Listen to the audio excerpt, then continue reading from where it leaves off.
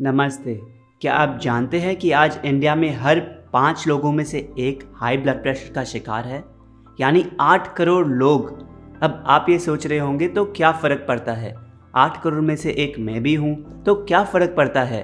फ़र्क अभी नहीं पड़ रहा, फ़र्क पड़ेगा आज से 10 साल बाद, जब यही ब्लड प्रेशर हार्ट ब्लॉकेज का रूप लेगा और इसी ब्लड प्रेशर की वजह से बाईपास सर्जरी करवानी पड़ेगी। जब इसी ब्लड प्रेशर के कारण न जाने कितने हॉस्पिटल के चक्कर काटने पड़ेंगे, कितना पैसा वेस्ट होगा और आपका ये हाल देखकर आपका परिवार कितनी तकलीफ से गुजरेगा। इतना क्यों अपने आप को डेंजर में डालना और डर डर के ज़िंदगी जीना, जब इसका सल्यूशन आप ही के हाथ में है। सात्विक लाइफस्टाइल अपनाकर आप अपने हाई ब्लड प्रेशर को ख़त्म कर सकते हो बिना किसी दवाई के। इस वीडियो के पहले पार्ट में हम जानेंगे कि हाई ब्लड प्रेशर का असली कारण क्या है, वो कारण जो आज हमें कोई नहीं बता रहा। और दूसरे पार्ट में जानेंगे अपना डिटेल्ड मॉर्निंग रूटीन और फूड प्लान, जिसको फॉलो करके आप सिर्फ 21 दिन में अपने ब्लड प्रेशर को पूरी तरह कंट्रोल में ला सकते हैं। ऐसा हमारे कहने पे मत जाइए, आप खुद देख लीजिए आपके ही जैसे कुछ लोगों की कहानियाँ जिन्होंने ऐसा करके दिखाया। I was on a blood pressure medication for almost 9 years. I had taken all kind of medicines, whether it was homeopathic or allopathic, that won't go away. Both of us started this journey religiously from the 1st of September. My weight has come down. My blood pressure medicines are gone. I'm on no medication at this point of time, and I am perfectly healthy. My challenges of BP, regular headache, जब मैं ज़्यादा चलता था तो मुझे सांस हाफने लग जाता था. So I started following the lifestyle. After about 15 days or so of following this, it became 127, 80, 82, and within three and a half weeks, it started to go further southwards. So 116, 65 types. I said, okay, no medications at all. उनको डब्बे में डाला मैंने, okay, because my readings were perfectly okay. मतलब where I used to be versus where I am today is a 180 degree transformation. मेरा 8-9 साल से मुझे हाई ब्लड प्रेशर और हाई कोलेस्ट्रॉल का प्रॉब्लम हो गया था। मतलब तो विद इन 1.5 मंथ है वो मेरा ब्लड प्रेशर है वो 110-70 के नीचे आने लगा। वो तो कभी भी मेरा दवाई के साथ भी इतना तो फिगर्स कभी मेरे हुए ही नहीं थे। Before Sattvic lifestyle, the blood pressure I had was systolic was 140, diastolic was 100. That too with medication. Whenever I used to get angry, the BP used to shoot up to 180 to 140. And after following the Sattvic lifestyle, my current blood pressure is diastolic is 80 and systolic is 130 to 135. I have almost reversed my blood pressure, I can say. Within about 3 to 4 months, I got over all my medicines. I was taking 12 in a day. 12 in a day, I was spending about 5,000 rupees in a month on my medicines. Now it is zero. There was a lot of stress in my life, due to which my blood pressure was shooting out. And gradually one day it was like more than 200, 250 almost.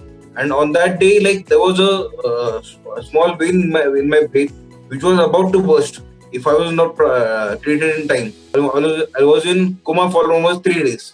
And I was almost one and a half month in ICU. पहले तो मुझे ऐसा लग रहा था nothing was possible in my life. The thing is, the Sattvic lifestyle actually it helped me to like reduce my weight as well as reverse my disease. So panting has completely gone. Likewise, the headache is completely gone. मुझे ऐसा लगता था कि मेरी life अब दवाइयों पे ही बीतेगी और मुझे लगता था मेरा लाइफ स्पैन बहुत शॉर्ट हो जाएगा। मुझे वो कभी खुशी नहीं मिलेगी, मुझे वो कभी शांति जो लाइफ में चाहिए वो कभी नहीं मिलेगी। बट जब मैंने ये फॉलो करना स्टार्ट किया तब मुझे लगा कि हाँ, लाइफ में होप है। अभी एक माइंडसेट ऐसा हो गया है पूरा कि कोई भी बड़े से बड़ा भी रोग है ना, उसके लिए भी दवाई की आवश्यकता नहीं है, वो भी नेचुरली क्योर हो सकता है, रिवर्स हो सकता है। मतलब मैं इसको फॉलो करके मैं अपनी लाइफ चेंज कर सकती हूँ, जो मुझे लगता था कि कभी चेंज नहीं होगी। ये lifestyle is the only way and this is extremely simple to follow. तो अगर नंबर गिनने हैं तो अपने ब्लड प्रेशर के मत गिनिए, अपने ब्लड प्रेशर के आखिरी दिनों के गिनिए। Because it's not if you can cure it, it's about how fast you can cure it. आप सोचिए, जिस दिन आपकी ये ब्लड प्रेशर की प्रॉब्लम रिवर्स हो जाती है, उस दिन से आपके बैक ऑफ द माइंड जो एक फियर बैठा है कभी भी फेंट हो जाने का, ये हमेशा के लिए चला जाएगा।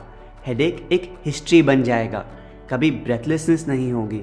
वज़न ज़्यादा है तो वज़न अपने आप कम हो जाएगा। बीपी के साथ और कोई दूसरी बीमारी है, sugar, thyroid, PCOD, skin problem, hair problem, तो वो भी रिवर्स हो जाएगी। दिन में एनर्जी कितनी भर जाएगी, आप अपनी ज़िंदगी बिना दवाइयों के खुल के जी पाओगे। इन सब लोगों ने भी अपनी जर्नी आप ही की तरह एक वीडियो देखकर शुरू की थी, लेकिन इन सभी ने सात्विक लाइफस्टाइल को रिलीजियसली फॉलो किया। इस वीडियो को एंड तक ज़रूर देखें, क्योंकि हम आपको बताएंगे उन्होंने क्या फॉलो करके अपने बीपी को हमेशा हमेशा के लिए गुड बाय किया। पर जब तक आप अपने हाई ब्लड प्रेशर का रूट कॉज नहीं समझेंगे, आप इसको कभी जड़ से नहीं मिटा पाएंगे। तो आइए समझते हैं इसका रूट कॉज क्या है। क्या आपको पता है कि आपका हार्ट हर वक्त ब्लड पंप कर रहा है ताकि वो ब्लड आपकी बॉडी के कोने कोने में पहुंचकर आपको जीवित रख सके? आपका हार्ट हमेशा ब्लड पंप करते रहता है, इसको कभी छुट्टी नहीं मिलती। जो प्रेशर आपके हार्ट को पंप करने में लगाना पड़ता है, इस ब्लड को हर जगह भेजने के लिए, इस प्रेशर को हम कहते हैं ब्लड प्रेशर। जब आपके हार्ट को ब्लड पंप करने के लिए ज़्यादा प्रेशर लगाना पड़ता है तो उसको हम कहते हैं हाई ब्लड प्रेशर। लेकिन हार्ट को ज़्यादा प्रेशर कब लगाना पड़ता है? जब हमारा ब्लड थिक हो जाता है, यानी जब हमारा खून गाढ़ा हो जाता है। अगर हार्ट जोर नहीं लगाएगा तो ये भारी ब्लड शरीर के कोने कोने में कैसे पहुंचेगा? पर ये तो कोई पूछता ही नहीं कि ये ब्लड गंदा हुआ कैसे। जब हम प्रोसेस्ड पैकेट बंद खाना, पूरी, पराठे, चाय, बिस्किट, नमकीन, स्नैक्स, तेल से भरा खाना खाते हैं तो ये अच्छे से डाइजेस्ट नहीं हो पाता, हमारी आंतों में जाकर चिपक जाता है। आंतों पे जो भी लगा होता है वो उसको अब्जॉर्ब कर लेती है और आपके पूरे शरीर में भेजती है। अगर गंदगी लगी होगी तो वो गंदगी ही अंदर लेगी और गंदगी ही पूरे शरीर में भेजेगी। फिर ये गंदगी, ये टॉक्सिन्स आपके ब्लड को गंदा करते हैं और भारी बनाते हैं और गाढ़ा बनाते हैं, जिसकी वजह से आपके बेचारे दिल को इसको पंप करने के लिए बहुत ज़्यादा जोर लगाना पड़ता है।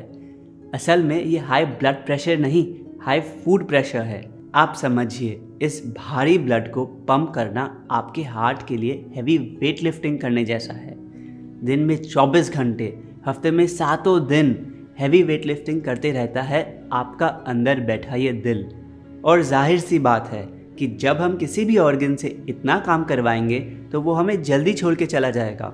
और इसीलिए आज हमें रिसर्च बता रही है कि जिन लोगों को बहुत लंबे समय तक बीपी का प्रॉब्लम रहती है, उनको आगे चल के हार्ट डिजीज़, स्ट्रोक और हार्ट फेलियर होता ही होता है।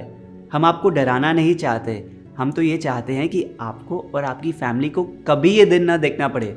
इस ब्लड प्रेशर को जड़ से ठीक करने का केवल एक ही रास्ता है, अपने खून को साफ करना, यानी शरीर के अंदर पड़ी गंदगी को बाहर निकालना।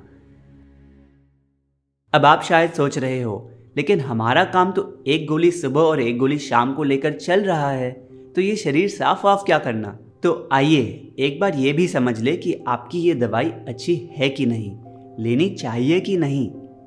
देखिए, ये दवाई मशीन पे नंबर ठीक लाने के लिए तो बहुत अच्छी है, लेकिन आपके बीपी को अंदर से ठीक नहीं कर सकती, सिर्फ सरफेस लेवल काम करती है। अगर बीपी की गोली लेके किसी की भी बीपी प्रॉब्लम ठीक हुई है तो हमें नीचे कमेंट्स में बताएं। एक भी जन नहीं मिलेगा, पूरी ज़िंदगी खाते रहेंगे और बीमारी ठीक होना तो छोड़ो और बढ़ती ही जाएगी। सोचिए, आप अपने कमरे में एक मीटिंग करने बैठे हैं, अचानक आपके रोते हुए बच्चे की चीखें आने लगती है। आप जल्दी से अपने दोस्त को बुलाते हैं और रिक्वेस्ट करते हैं कि वो आपके बच्चे का ख्याल रखे। कुछ मिनटों बाद आपके बच्चे की रोती हुई चीखें बंद हो जाती है और आपको लगता है सब ठीक है। जैसे ही आपकी मीटिंग ख़त्म होती है, आप अगले रूम में जाते हैं और आपको बहुत बड़ा शॉक लगता है। आप देखते हैं कि आपके बच्चे की आंखें रो रो कर सूज गई है और उसका दम घुट रहा है, क्योंकि जिसे आपने अपने बच्चे को संभालने की रिस्पॉन्सिबिलिटी दी थी, वो आपके बच्चे के मुंह में कपड़ा डालकर उसको ज़बरदस्ती दबाकर चुप करा रहा था। सोचिए, आपके बच्चे को क्या चाहिए था? आपका प्यार और आपका ध्यान। पर हमने उसे चुप कराने की जल्दी में दूसरी तरफ मुंह मोड़कर उसे सिर्फ दर्द दिया। कुछ इसी तरह हम अपने हार्ट को भी ट्रीट करते हैं। जब गंदगी से तंग आकर वो हाई ब्लड प्रेशर के आंसू रोता है तो हम उसे दवाइयों के दबाव से चुप कराने की कोशिश करते हैं। कभी चुप नहीं होता, पूरी ज़िंदगी रोते रहता है। जब तक हम अंदर की जड़ कारण, अंदर की गंदगी को साफ नहीं करेंगे, तब तक प्रॉब्लम नहीं जाएगी। एक बात याद रखिए, दवाई मैनेजमेंट नहीं, सफाई management is the key to becoming BP free. आपके पास मौका है अपने दिल को इस बोझ से फ्री करने का, उससे ये प्रेशर हटाने का, उसको खुल के धड़कने देने का। कदम उठाइए। इस वीडियो के अगले पार्ट में हम आपको आपका detail high blood pressure reversal plan देंगे, लेकिन ध्यान रहे आपको ये वीडियो एंड तक देखनी बहुत ज़रूरी है। ऐसा नहीं अपने रिवर्सल प्लान के पहले 2 पार्ट्स देख लिए और वीडियो बंद कर दी। अगर आप इनकम्प्लीट इन्फॉर्मेशन लेके जाएंगे तो वो आपके लिए डेंजरस भी हो सकती है। वीडियो एंड तक ज़रूर देखें और पूरे सोल्यूशन को समझिए, और आप रिजल्ट्स कुछ महीनों में नहीं, कुछ हफ्तों में भी नहीं, सिर्फ कुछ दिनों में देखेंगे। हमारे सोल्यूशन के 2 पार्ट्स हैं। पहले हम आपको बताएंगे आपका मॉर्निंग रूटीन और फिर आपका फूड प्लान। आइए शुरुआत करते हैं आपके मॉर्निंग रूटीन से। उठने के बाद फ्रेश हो जाइए। आप तुरंत नहाना चाहते हैं तो नहा भी सकते हैं। फिर हमारा फर्स्ट स्टेप है स्पिरिचुअल एक्टिविटी। अक्सर हमें बताया जाता है कि हाई ब्लड प्रेशर स्ट्रेस की वजह से होता है, लेकिन हम इस स्ट्रेस को अपने जीवन से मिटाए कैसे? जब तक हम अपने दिन का कुछ समय भगवान में नहीं लगाएंगे, हमें हमेशा किसी न किसी चीज़ का स्ट्रेस लगा रहेगा। अपने दिन का कम से कम आधा घंटा किसी भी स्पिरिचुअल एक्टिविटी में लगाएं। अब जिस भी भगवान में विश्वास करते हैं उनको याद करें।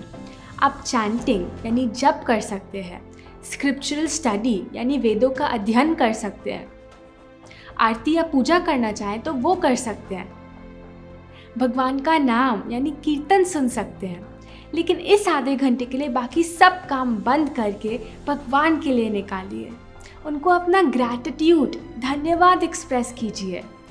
आपको शायद लगे, अरे मेरे बीपी का इससे क्या कनेक्शन है, बहुत बड़ा कनेक्शन है। भगवान का नाम लेने से, उनकी सेवा करने से, उनके बारे में नॉलेज लेने से हमारा माइंड और सोल दोनों प्योरीफाई होते हैं। जो हमारे माइंड में टॉक्सिन्स बैठे हैं, जो हमें कॉन्स्टेंटली स्ट्रेस देते हैं, स्पिरिचुअल एक्टिविटी से वो मेंटल टॉक्सिन्स एलिमिनेट होते हैं। आप रोज़ 30 मिनट इसको दें। 1 महीने बाद आप देखेंगे बाहर सिचुएशन कुछ भी हो, आप अंदर से एकदम स्टेबल, स्थिर रहेंगे। आप पूरे दिन में मन में एक अलग तरह का सुख अनुभव करेंगे। स्ट्रेस, गुस्सा, डर ये आपकी लाइफ से खुद एग्जिट कर जाएंगे। आप अपनी स्पिरिचुअल एक्टिविटी सुबह जितनी जल्दी करेंगे ये उतनी अच्छे से हो पाएगी। अब हम अपने मन को तो प्योरीफाई कर लिया, अब बारी आती है आपकी बॉडी की। आपके मॉर्निंग रूटीन का दूसरा स्टेप है एक्सरसाइज। देखिए, अगर आपको स्वस्थ रहना है तो आपके शरीर को रोज़ाना मूवमेंट की ज़रूरत है। जब हम हफ्तों तक एक्सरसाइज नहीं करते, अंदर ऑर्गन्स धीरे धीरे रॉट होने लगते हैं। मूवमेंट के बिना ये ऑर्गन्स अपना काम अच्छे से नहीं कर पाते। हमारे शरीर को किसी ना किसी प्रकार की एक्सरसाइज तो रोज़ चाहिए। बीपी में आप ब्रिस्क वॉकिंग कर सकते हैं, यानी बाहर आधे घंटे के लिए अच्छी स्पीड में चलना। और दूसरी सबसे अच्छी एक्सरसाइज है सूर्य नमस्कार। आप शुरुआत कीजिए 5 सूर्य नमस्कार से। कुछ हफ्तों में उसको धीरे धीरे बढ़ाइए, 10 तक लेके जाइए, फिर 15, फिर 20। एक्सरसाइज के वक्त कुछ चीज़ें याद रखनी है। पहली, बीपी की प्रॉब्लम में आपको शुरू में कोई भी वायलेंट एक्सरसाइज नहीं करनी जो आपकी एकदम से सांस फुला दे। सिंपल एक्सरसाइज से शुरुआत कीजिए और धीरे धीरे उसको बढ़ाइए। दूसरी, हमेशा एक्सरसाइज को शवासन से एंड कीजिए। शवासन ही वो टाइम है जब आपको एक्सरसाइज का बेनिफिट है वो अब्जॉर्ब होता है और आपकी ब्रेथ स्टेबलाइज होती है। तीसरी, जितना हो सके बाहर खुली हवा में एक्सरसाइज कीजिए ताकि आपको धूप और हवा का भी फ़ायदा साथ में मिल पाए। बंद जिम में एक्सरसाइज करने से बहुत बढ़िया है अगर आप खुली हवा में एक्सरसाइज करते हैं। और लास्ट और चौथी बात, पतले वाइट कॉटन के कपड़े पहन के एक्सरसाइज कीजिए। पॉलिएस्टर, सिंथेटिक, नायलॉन के कपड़े या फिर बहुत टाइट कपड़े ना पहने। ये स्वेट को अब्जॉर्ब नहीं कर पाते, उसको वापस अंदर भेज देते हैं। इसकी जगह वाइट कॉटन के कपड़े पहनिए। चलिए, अब एक्सरसाइज के बाद आपको शायद प्यास लगे, तो अब बारी आती है आपके मॉर्निंग डिटॉक्स जूस की। हाइपरटेंशन के लिए सबसे अच्छा है सफ़ेद पेठे का जूस। सफ़ेद पेठा कुछ ऐसा दिखता है। इसको एशगार्ड भी कहते हैं। ये बाहर से ग्रीन अंदर से वाइट होता है। इसका छिलका और बीज निकालना बहुत ज़रूरी है, वरना आपका जूस कड़वा टेस्ट करेगा। इनको निकालकर पेठे को कट कर लीजिए और जूस निकाल लीजिए। जूसर ना हो तो मिक्सी में ब्लेंड करके छान लीजिए और फिर करीब 1 ग्लास यानी 300 से 400 ml घूट घूट सुबह पी लीजिए। इसमें कोई भी नमक, मिर्च, मसाला, नींबू कुछ नहीं डालना। ये सफ़ेद पेठे का जूस हाई बीपी के लिए बहुत फ़ायदेमंद है, क्योंकि ये एक बहुत डिटॉक्सिफाइंग जूस है। जैसे ही आपकी बॉडी में एंटर करता है, जो भी टॉक्सिन्स अंदर जमा है उनको मैग्नेट की तरह अपने अंदर खींच लेता है, और जब शरीर से निकलता है उन सब टॉक्सिन्स को अपने साथ लेके निकलता है। और इसीलिए ब्लड को साफ करने के लिए ऐश का जूस बहुत अच्छा है। और याद रहे, ब्लड साफ होगा तो वो हल्का होगा, हार्ट को उसको पंप करने में कम प्रेशर लगाना होगा, बीपी खुद ब खुद ठीक हो जाएगा। सफ़ेद पेठा आपको किसी भी सब्जी वाले के पास मिल जाएगा। नहीं मिले तो चिंता नहीं, आप इसकी जगह नारियल पानी भी ले सकते हैं यदि आपको शुगर की प्रॉब्लम ना हो तो, या फिर किसी भी दूसरी सब्जी का जूस ले लीजिए, घिए का जूस, खीरे का जूस। इंडिया से बाहर रहने वालों के लिए सेलेरी जूस बहुत अच्छा है। तो ये हो गया आपका मॉर्निंग डिटॉक्स जूस। अब हम लेंगे आशीर्वाद सूर्य देव का, जो अपनी गोल्डन रेस से हमारी सैकड़ों स्किन पोर्स के थ्रू अंदर जाके हमारे ब्लड को प्योरीफाई करती हैं। हमारा नेक्स्ट स्टेप है सन बेदिंग यानी सूर्य स्नान। आपको क्या करना है? सिंपली सूर्य की रोशनी को अपनी पूरी बॉडी को दिखाना है। कब करना है? आपको सन बेदिंग सिर्फ सुबह या शाम के टाइम करनी है, दोपहर की कड़कती धूप में नहीं करनी। सनराइज के करीब 2 घंटे बाद कर सकते हैं। याद रहे, हमें सूर्य की गर्मी नहीं, रोशनी चाहिए। कितनी देर करनी है? करीब 30 मिनट। 15 मिनट पूरी फ्रंट बॉडी को रोशनी दिखाएं और 15 मिनट पूरी बैक बॉडी को। क्या पहनना है? कम से कम कपड़े पहनने ही है तो वाइट कॉटन के पतले कपड़े पहने, हो सकता है तो कोई कपड़े नहीं। अगर थोड़ी भी ज़्यादा गर्मी है तो अपने हेड को एक वाइट कॉटन क्लॉथ से ढक ले। सनबेथिंग करते समय कोई सनस्क्रीन नहीं लगानी, और हाँ, इसको हमेशा खुली हवा में करना है। कांच या ग्लास के थ्रू करने से उतना लाभ नहीं मिलता। इस टाइम का बेस्ट यूटिलाइज करने के लिए आप सूर्य स्नान के साथ साथ और कोई काम भी कर सकते हैं। बुक पढ़ सकते हैं, पॉडकास्ट या लेक्चर सुन सकते हैं, या प्राणायाम भी कर सकते हैं। सूर्य की रोशनी आपके लिए एक हीलिंग मेडिसिन है। जब सूर्य की रोशनी आपकी स्किन पर पड़ती है, आपकी स्किन थोड़ा गर्म महसूस करती है। उस समय ये रोशनी आपकी स्किन के अंदर जाकर आपके ब्लड वेसल्स के अंदर चल रहे खून तक पहुंचती है, और खून में से जो भी टॉक्सिन्स यानी गंदगी है उसको बाहर निकालती है।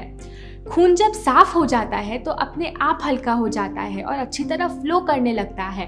हार्ट का काम ऑटोमेटिकली कम हो जाता है और ब्लड प्रेशर नॉर्मलाइज होने लगता है। सिर्फ ब्लड प्रेशर ही नहीं, सन बेदिंग के और बहुत सारे फायदे हैं।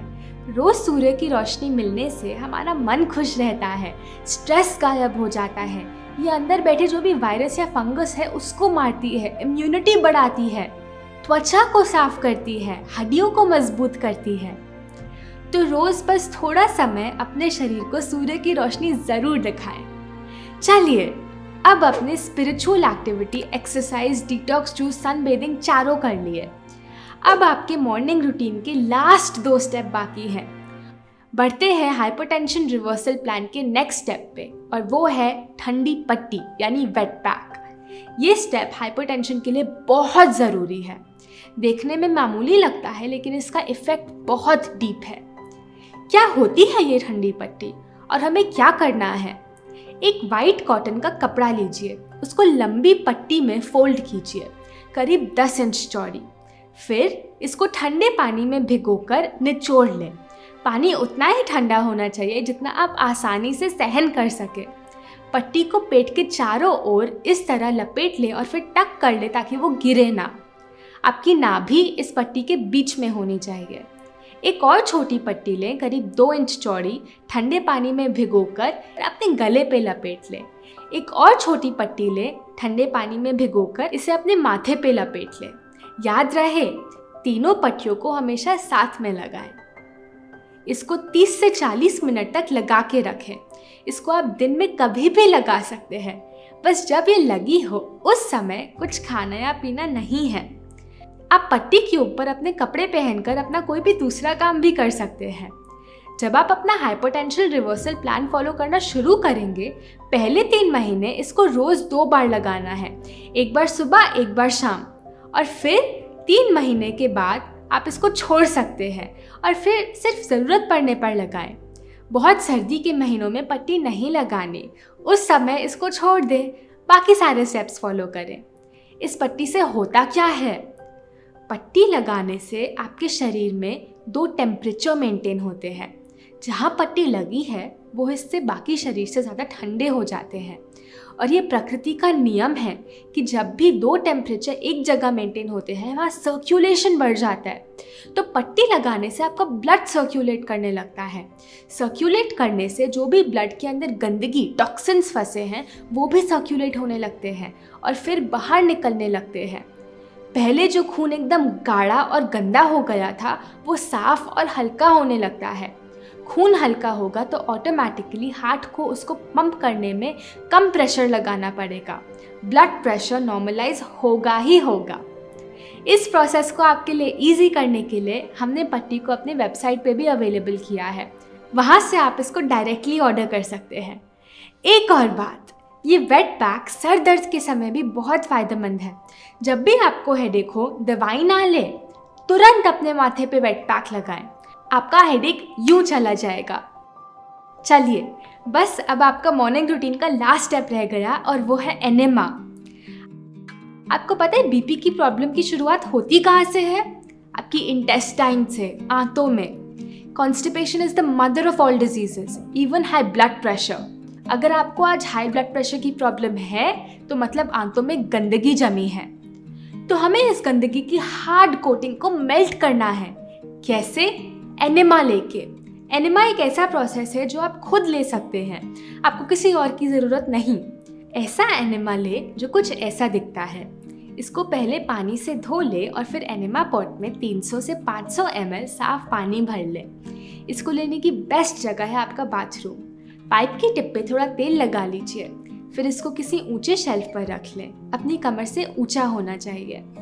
ज़मीन पे कोई मैट बिछा लीजिए और फिर घुटनों के बल उल्टा लेट जाइए और पाइप को सिर्फ 2 इंच रेक्टम के अंदर डाल लें। एक हाथ से पाइप को पकड़े रखें ताकि वो बाहर ना गिरे। जल्द ही पानी एनेमा पॉट से खाली होकर आपकी इंटेस्टाइन्स में भर जाएगा। फिर पाइप को बाहर निकाल लें और पानी को जितना देर अंदर होल्ड कर सकते हैं उतनी देर होल्ड कीजिए, करीब 5 से 7 मिनट। बीच में थोड़ी वॉक कर लें, अपने पेट की मसाज करते रहिए। इस दौरान अंदर जो पानी है वो आपकी आंतों में जो भी गंदगी है, पॉइजन है, उनको बाहर खींच रहा है। जब आपको बाथरूम जाने का प्रेशर हो तो बाथरूम जाइए और आप देखकर हैरान रह जाएंगे कि अंदर कितनी गंदगी, कितने टॉक्सिन्स जमे पड़े थे। इस पूरे प्रोसेस को करने में सिर्फ 10 मिनट लगते हैं। हो सकता है कि अभी आपको लगे कि इसमें तो दर्द होता होगा, बट ऐसा बिल्कुल नहीं है। इसमें दूर दूर तक दर्द का कोई सवाल नहीं है। ये बिल्कुल सेफ है। अनसेफ तो ये है कि हम वो सारे टॉक्सिन्स को अपने साथ अपने अंदर लेके पूरा दिन घूमते रहते हैं। हो सकता है शुरू में आपको ये थोड़ा मुश्किल लगे, लेकिन आप हमारी बात मानिए, इसको बस एक बार कीजिए। ज़्यादा सोचिए मत क्या होगा कैसे होगा, बस एक बार ट्राई कीजिए, फिर आपको ये बिल्कुल नॉर्मल लगने लगेगा। एनेमा में कुछ नहीं मिलाना, सिर्फ सादा पानी। आपको एनेमा कब लेना है? सुबह के टाइम, नेचुरल मोशन के बाद। अगर नेचुरल मोशन नहीं आता तो एनेमा ज़रूर लें। एनेमा कब तक लेना है, ये बहुत इंपॉर्टेंट पॉइंट है। अपना हाइपोटेंशन रिवर्सल प्लान शुरू करने के 3 हफ्ते तक ये रोज़ सुबह लेना है। 3 हफ्तों के बाद रोज़ नहीं लेना, सिर्फ हफ्ते में एक बार लेना है या फिर ज़रूरत पड़ने पर लेना है। चिंता ना करें, इसकी आदत नहीं पड़ेगी। आप सोचेंगे क्या एनेमा को स्किप कर सकते हैं? मैं ये ना करूं बाकी चीज़ें कर लूं तो चलेगा क्या? देखिए, अगर आपको सच में हाई ब्लड प्रेशर को रिवर्स करना है तो आप कोई चीज़ स्किप मत कीजिए। एनेमा के बिना आपकी हीलिंग इनकम्प्लीट है। आपके लिए इजी करने के लिए हमने एनेमा पॉट को भी अपनी वेबसाइट पे अवेलेबल किया है, sattvikmovement.org। चाहे तो वहाँ से भी ऑर्डर कर सकते हैं। तो ये हो गया आपका 6 स्टेप मॉर्निंग रूटीन कंप्लीट। सुबह फ्रेश होके पहले अपने आप को स्पिरिचुअली चार्ज करेंगे, फिर एक्सरसाइज करके फिजिकली चार्ज करेंगे, फिर लेंगे अपना डिटॉक्स जूस और फिर सूर्यदेव का आशीर्वाद, और फिर जो भी गंदगी अंदर जमी पड़ी है उसको वेट पैक और एनेमा के थ्रू बाहर निकालेंगे। आपको लगेगा हम इतना कुछ कैसे करेंगे? आप चिंता मत कीजिए, जैसे जैसे हम आगे बढ़ेंगे हम आपको समझाएंगे कि इन सब स्टेप्स को प्रैक्टिकल कैसे बनाना है। अभी आप बस खुले माइंड से सब कुछ अच्छे से समझिए। वैसे भी इन 6 में से एनेमा और वेट पैक तो आपको बस कुछ ही टाइम तक करना है। अल्टीमेटली तो बस 4 स्टेप्स बचेंगे जो कि बहुत आसान है, हमारा विश्वास कीजिए। अब बढ़ते हैं सात्विक फूड प्लान पे। देखिए, 2 तरह के खाने होते हैं, ब्लड थिकनिंग फूड यानी ऐसा खाना जो आपके खून को गाढ़ा बनाता है, और दूसरी तरफ ब्लड क्लेंजिंग फूड यानी ऐसा खाना जो उसको साफ करके पतला रखता है। ब्लड थिकनिंग फूड की पहली कैटेगरी है डेड फूड, यानी वो जो पैकेट, बॉटल, डब्बे, टिन, कार्टन में बंद आता है।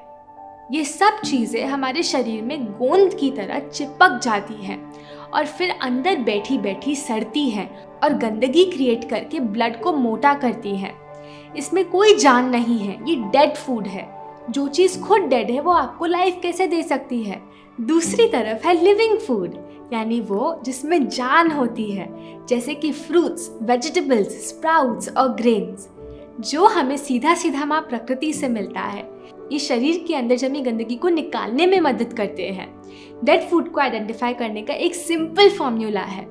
जिस खाने का टीवी पे कमर्शियल आता है, समझ जाना वो फूड नहीं, प्रोडक्ट है। खून गंदा करने वाले खाने की दूसरी कैटेगरी है रिफाइंड फूड, यानी सफ़ेद चावल, बिना चोकर का आटा, सफ़ेद चीनी, तेल और तेल से बनी चीज़ें, मैदा, ये भी हमारे हार्ट पे बहुत जोर डालती हैं। ये सभी चीज़ें हमें माँ प्रकृति से सीधा सीधा नहीं मिलती। इसकी जगह आपको ऐसा खाना खाना है जो होलसम है, यानी ब्राउन राइस, चोकर सहित आटा और खजूर या गुड़, इन सब में पूर्णता है। अब जो हम नेक्स्ट आपको बताने जा रहे हैं, हो सकता है आपके लिए शुरू में एक्सेप्ट करना थोड़ा मुश्किल हो। ब्लड थिकनिंग फूड की तीसरी कैटेगरी है एनिमल बेस्ड फूड, यानी नॉन वेज, मछली, अंडा, दूध और दूध से बने प्रोडक्ट्स। इन सभी चीज़ों में बहुत ज़्यादा कोलेस्ट्रॉल होता है, जो कि हमारी आर्टरीज की दीवारों पे जाके चिपक जाता है। आर्टरीज में जगह कम हो जाती है और इसकी वजह से फिर से हमारे दिल को ब्लड को आर्टरीज में पंप करने के लिए और प्रेशर लगाना पड़ता है। इसकी जगह प्लांट बेस्ड फूड खाएं, वो जो पेड़ पौधों से आता हो। नहीं, ये बिल्कुल बोरिंग नहीं होने वाला, क्योंकि हमने आपके लिए सभी चीज़ों के सब्स्टिट्यूट्स बनाए हैं, जिसकी और डिटेल आपको हमारी सात्विक फूड बुक में मिल जाएगी। डेयरी मिल्क की जगह कोकोनट मिल्क ले सकते हैं, डेयरी चीज़ की जगह नट चीज़ ले सकते हैं। हमने इस बुक में छाछ से लेकर आइसक्रीम तक सभी के प्लांट बेस्ड वर्जन्स बनाने सिखाए हैं। ब्लड थिकनिंग फूड की आखिरी कैटेगरी है वाटर पुअर फूड, यानी ऐसा खाना जिसमें रस्य ना हो, जैसे कि ढेर सारा अनाज, दाल, राजमा, छोला, मेवे।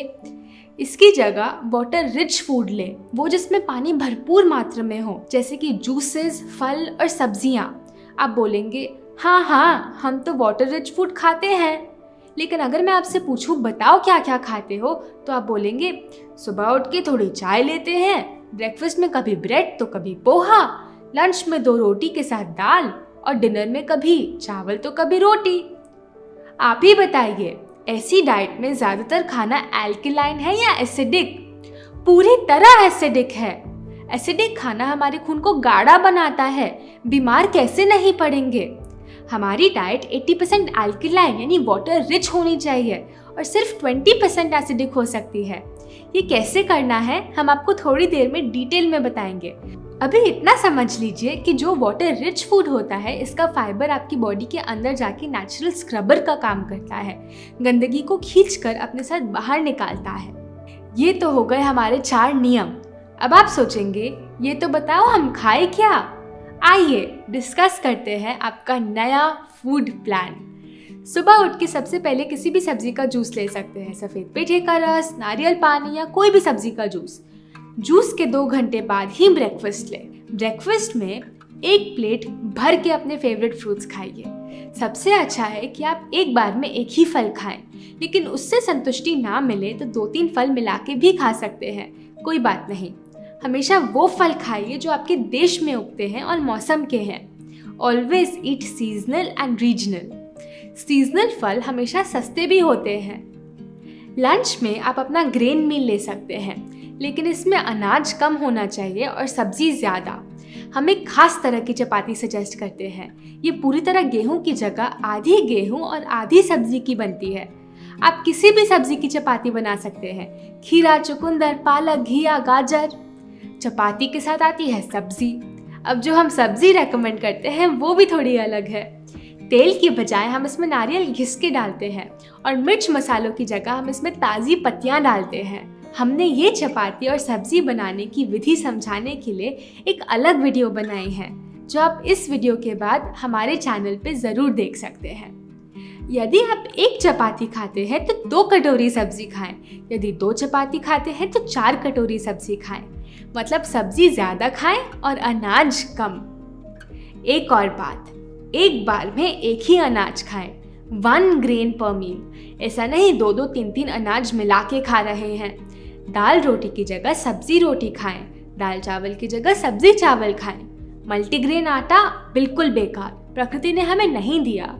राजमा, चना, छोला बिल्कुल नहीं खाना, कम से कम तब तक जब तक आप पूरी तरह ठीक नहीं हो जाते। आप डिनर में सूप या सैलेड ले सकते हैं। चाहे तो लंच और डिनर को स्विच भी कर सकते हैं।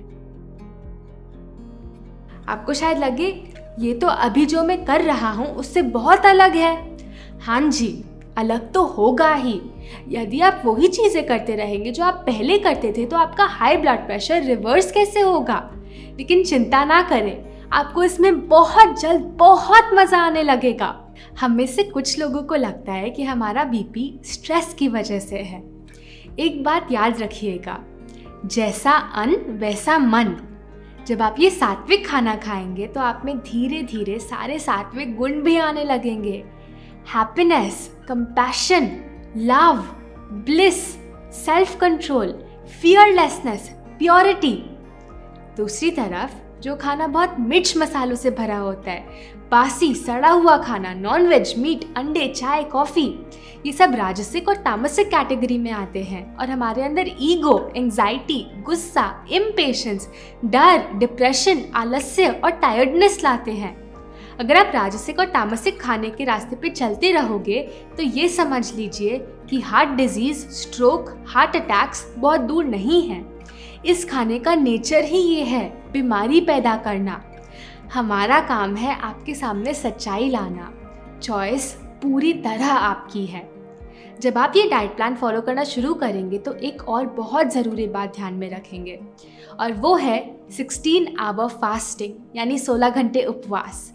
जब हम डॉक्टर के पास जाते हैं तो वो अक्सर हमें ब्लड थिनिंग मेडिसिन दे देते हैं, लेकिन आपको पता है प्रकृति ने, मदर नेचर ने हमें एक नेचुरल ब्लड थिनिंग का तरीका दिया है। ये तरीका है उपवास, और उपवास करने का आज की मॉडर्न लाइफ में ईजीएस्ट तरीका है 16 आवर फास्टिंग, यानी 16 घंटे उपवास। 16 घंटे उपवास कैसे करना है? सिंपली अगर आप अपना डिनर शाम को 7 बजे खाते हैं तो अपना नेक्स्ट सॉलिड मील अगले दिन सुबह 11 बजे ही लीजिए। 6 बजे खाते हैं तो 10 बजे ले लीजिए। बेसिकली हर रात 16 घंटे अपनी बॉडी को ब्रेक देना है। जितना मुश्किल अभी लग रहा है उतना है नहीं, क्योंकि 16 में से ज़्यादातर समय तो आप सो ही रहे होंगे। 16 घंटे उपवास क्यों करना है? क्योंकि आपकी बॉडी एक बार में एक ही काम अच्छे से कर पाती है, डाइजेशन यानी खाने को पचाने का काम, या क्लीनिंग यानी ब्लड में से वेस्ट को बाहर निकालने का काम। जब आप पूरा दिन खाते ही रहते हैं तो आपकी बॉडी दिन में 24 घंटे डाइजेशन में ही बिजी रहती है, उसको सफाई का टाइम ही नहीं मिलता। जब आप रोज़ रात अपने शरीर को 16 घंटे खाने से ब्रेक देते हैं तो आपका शरीर डाइजेशन को छोड़ के क्लीनिंग पे लग पाता है। हर दिन 16 घंटे का उपवास करने से सालों पुरानी अंदर जमी गंदगी बाहर खुद ब खुद निकलने लगती है। ब्लड साफ होने लगता है, जिसकी वजह से वो हल्का होने लगता है। हार्ट को इसको पंप करने में प्रेशर कम लगाना पड़ता है। बीपी रिवर्स होने लगता है। हमने आपको इतनी सारी नई चीज़ें बता दी हैं। जाहिर सी बात है कि आपके मन में अभी बहुत सारे प्रश्न आ रहे होंगे। चलिए उनको भी आंसर करते हैं। पहला प्रश्न, मेरे बीपी को रिवर्स होने में कितना टाइम लगेगा?